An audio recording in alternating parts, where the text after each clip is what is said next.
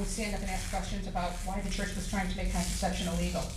No, it has nothing to do with that. Contraception will always be legal in this country.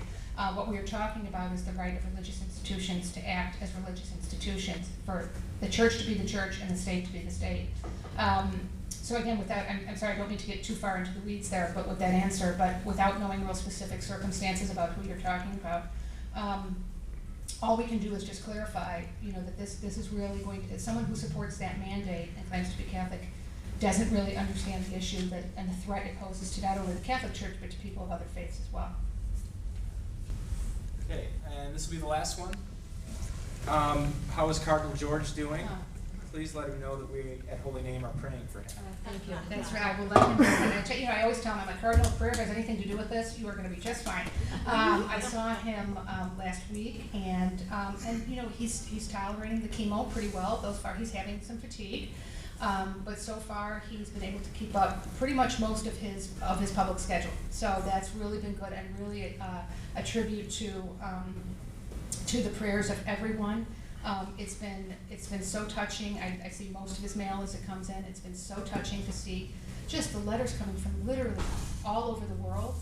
He is held in such high regard in this church by other bishops and by other cardinals, and the outpouring of everything from like a little first grade class here in the Archdiocese to a cardinal at the Holy See writing to assure him of prayers, and how much he is loved and how much he is respected.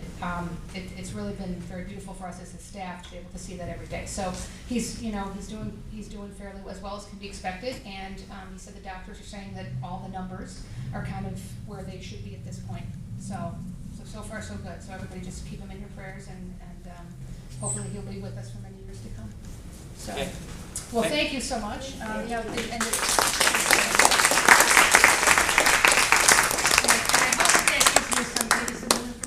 So if you're talking to your friends and your family about that, when I was at this conference at Hallis Hall, they gave us the number 1776, for the rite of Paul Revere, and said, if you can tell one person about it, you might then tell 7 people, and then you'll say 7 Hail Marys for this intention. They had a little numerical thing, but you really try to keep in mind what the things I've said to you about what the church teaches on women.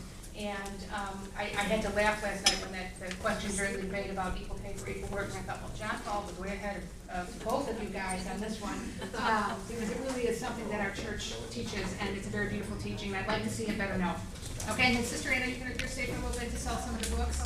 If anyone's interested, there's some wonderful resources that the Daughters of St. Paul were so good to bring out. Thank you. Okay, before you get up, I just want to remind everybody